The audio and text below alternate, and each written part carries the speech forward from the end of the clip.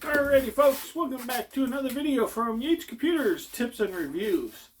So let's start out with, again, head on over, hit the subscribe, hit the bell. It's very important you hit the subscribe. That makes sure I know who's been watching, who's been here, and get those subscription numbers up. That's a very important thing. Again, head on over, hit subscribe, hit the bell, come on back. So for this string of videos, I've been talking about external hard drives, security, all of those type of things. I've got videos pre-done, got a lot more coming. So this one is actually the mounting, how you connect that drive to your computer. So this is a very important factor because depending on what kind of drive, I've gone through the security of the drive. How that drive is built can affect what kind of choices you want.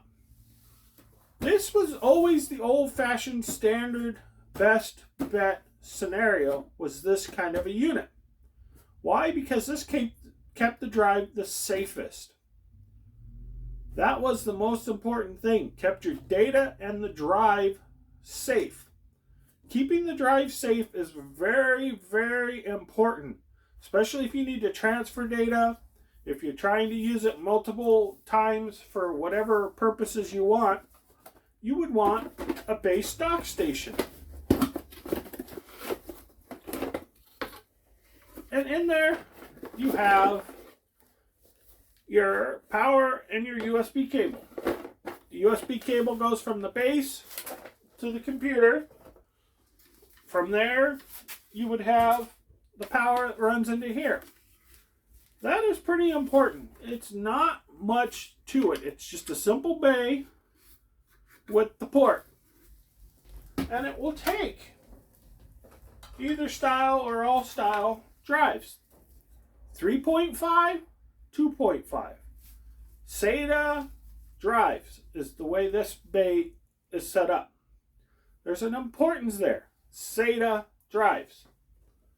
So basically, you find where the port is, and it just locks in. I mean, it's not a difficult concept. You turn on the computer, you power this on, turn on the computer, it recognizes the drive, and it boots the drive. Why did I say this is best practice and the best way it's been for years? Is it because it protects the drive. There's nothing near the circuit board of the drive. It's in a plastic enclosure that makes sure there's no metal, nothing that touches the backside of that board. So that is really the safest way to use it. Not to mention, from the other video where I dropped the other drive, that is security, safety. It's in a bracket that you put on a desk that it doesn't fall off. Heavier, weight-wise, all of those things come into play. A lot of those things you really want to think about when it comes down to safety and practicability of the drive. Yes, I know everybody, I just get this because it's lighter and it's easier. Yeah, those will fit in there too. A lot of them have a little black bracket, like this one shows, that you can put in there so that it fits. Because if you use 2.5 drives all the time, you would want to put that little bracket in there. When I bought this, I was not really using these, so that had been misplaced. So you have these factors that come into play when it comes into this. Now, if you're using a lot of older tech, stuff that you really shouldn't be, especially with Windows 11,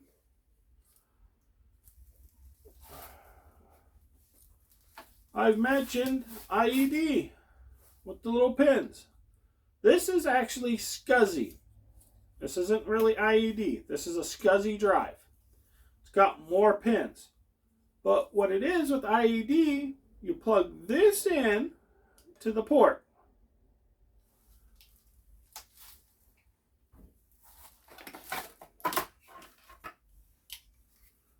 Then you have your power.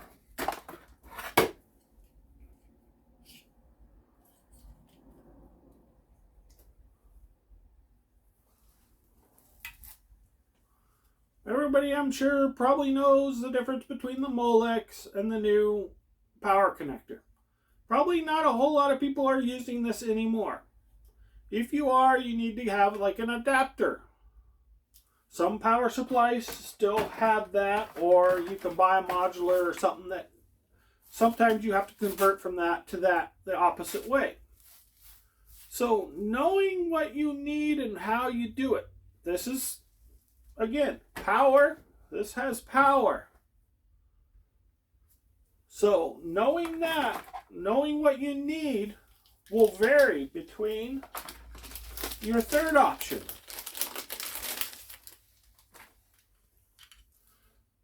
This will draw power from your USB to power the drive.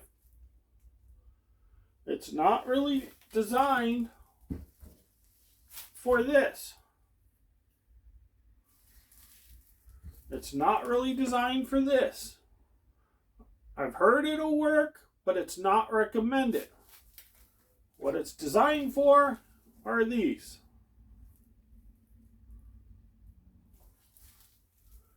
I will do a video with how these are connected to the computer, how it comes up, how it shows you your drive letters and all of that. There are some weird quirks and variables when it comes to that. Some things that can really confuse some people and not understand what is going on, why can't I find my drive and all of that. But it's really not that complicated, but there are some really weird quirks that can come up, some really weird stuff. Even on the base station, how that USB, that's all the USB stuff and Windows stuff. So that's different than the base station, because you might be running Apple software, you might be running Linux, you might be running a different OS, but you can still use these kind of base stations and other things to hook drives on. Maybe you need to erase data, format them. That was the primary use that I used these for, was to erase the data. Once you got a laptop or you got a new thing and you took this out, you put it in there, you transferred the data, and you cleared it off. That's what a lot of these were used for. And they stayed up there and they were hooked to that computer and you used them over and over and over again. Because most of the people that bought these used them over and over and over and over again. There was a steady use for it. A lot of people that bought these were, oh, I just need it once or twice or whatever, and you put it back in the box, you toss it up somewhere, and then when you need it, you take it back down. This was pretty much for your computer workstation zone. You put that up there and you had it and you can use it anytime. These really got put back away. These were every so often type of use.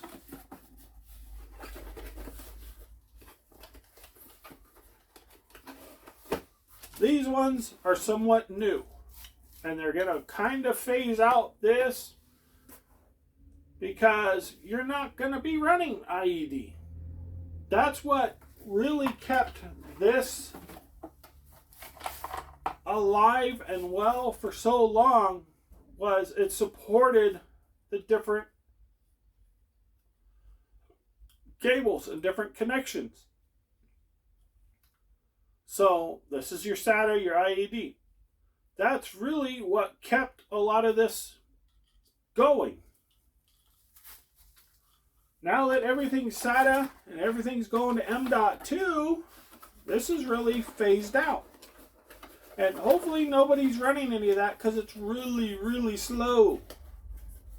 And if you are, it's time for you to head on over to Rabbit Hole and all the other stuff from the years before and find out why you shouldn't be running that. So you basically have these different options depending on what you're running and how you're running it.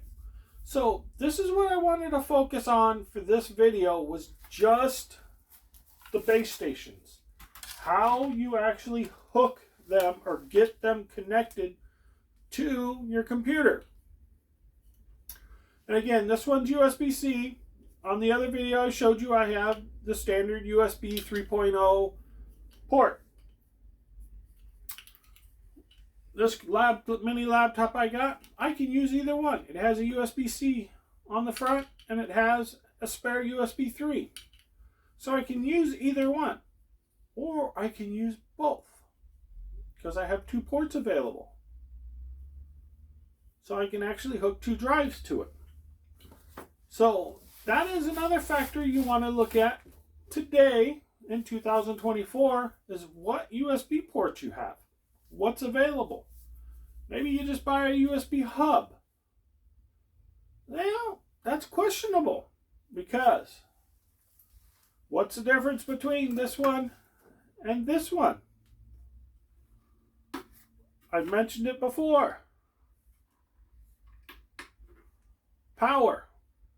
USB hubs may not provide the power or provide enough power to drives. If you have a powered hub, that's a little different. You're going to have some issues sometimes with that. So that's a different issue than what it is. You have converter cables that might have issues.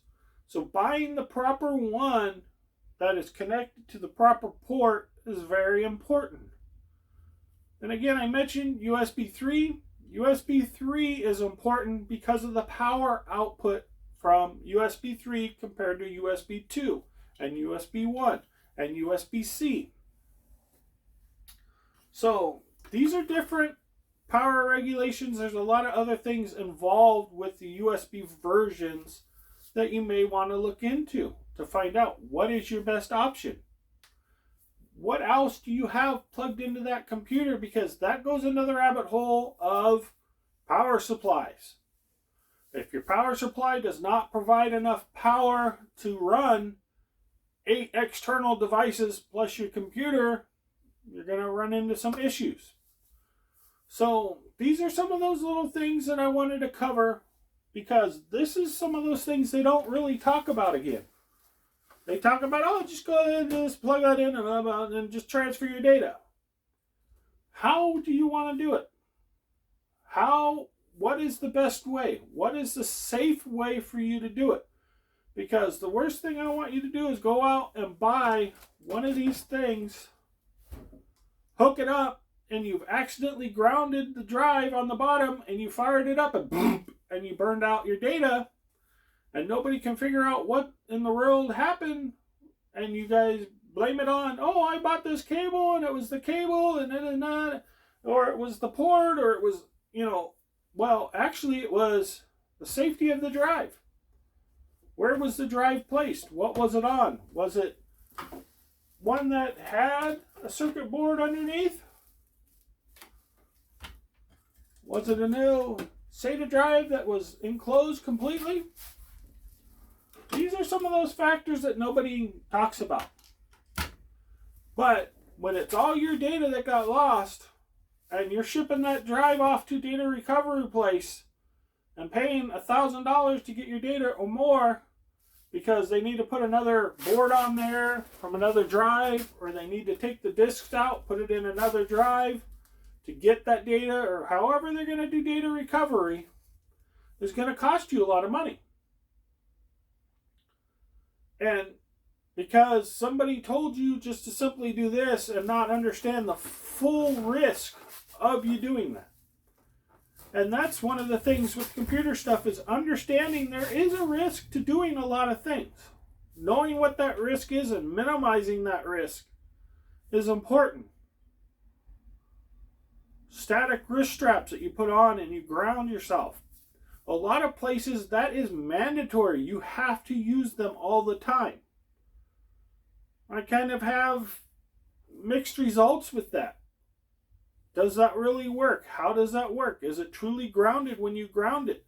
You can actually pick up static electricity from what that is attached to if you don't do it right.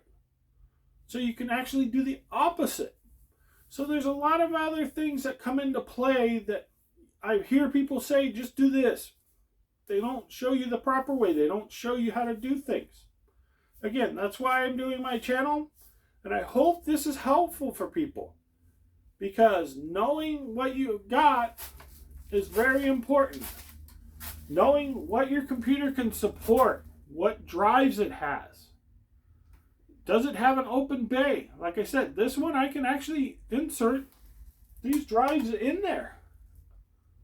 So I actually wouldn't even need that. I just unscrew the 4 screws, open it up, snap it in there, it will recognize the drive.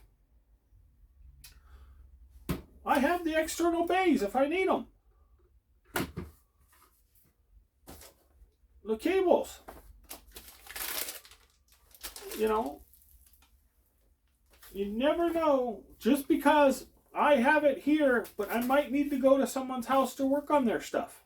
I might need that cable to take with me. What happens if this computer ever dies? Then I don't have it. You need to transfer the data. So you have all these variables that you want to think of in the future and have what you need. Make sure you have enough expandability and enough flexibility to do what you need. So if this works fine for you, if you get USB standard, USB-C, this would probably work for you no matter what. If you have one of these, that is the really old one. I know I have one somewhere and I can't find it. That actually takes the IED, not IED, the other older drives with the pins. I have one that will actually take those drives. Yeah, IED. That will support that can actually take those drives. I still have it, but what's the practicality of me ever using that? Now, the funny thing is today, that is still usable for me because it's a USB connection that I have on here. It's not a USB 3 connection, but it's still USB. Has a power plug, same as this, that plugs in. So that way, it has power to run.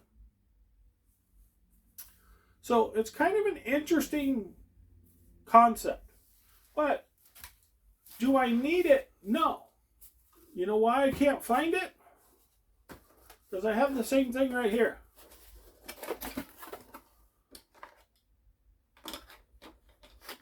With my power. So these are some of those little things I wanted to go through and let everybody know. Is what is the future growth or reverse growth of the technology. So you might be able to get something like this and use it. It covers older drives, more modern drives.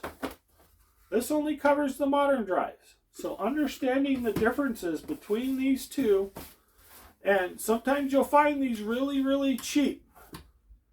And there's a reason why they're so cheap. And then you'll find them really expensive because they think, well, this is all you can really do is do this. It's kind of funny how the pricing bounces back and forth and the train of thought, how people think and how the prices fluctuate. I've seen these really expensive, really, really expensive. And I know why. It's because it's backwards compatibility. They market all this stuff about how it can take the IED, but really, are you ever going to use that? And you can wait around, you can shop around, you'll be able to find it for a fair price. So understanding that, because this is really one of those weird things, is the marketing and how they sell these things and understanding what they actually are is completely backwards. They'll try to pitch and sell you something you don't need. Oh yeah, I can sell this for twice as much as this because this works on 3 times as many drives as this does. Okay, show me where those other 2 out of 3 drives actually are. Show me who's using those 2 out of the other 3 drives. Most likely, you're going to need this port. Nowadays, it's funny because you have these units that actually have an M.2 slot where you can put the card in it. So now it's SATA M.2 slot. I've not looked too far into those because you have NVMe, and you have SATA all through the M.2. So I don't know if it's only M.2 SATA or M.2 NVMe that it supports. So that's another factor you might want to look at. And again, I don't really like that because you're touching the actual circuit board itself when you put it in and out. There's no real enclosure on it. So drive safety comes back to mind. So I know I've rambled on long enough, but this was one of those subjects that I don't hear anybody really talking about.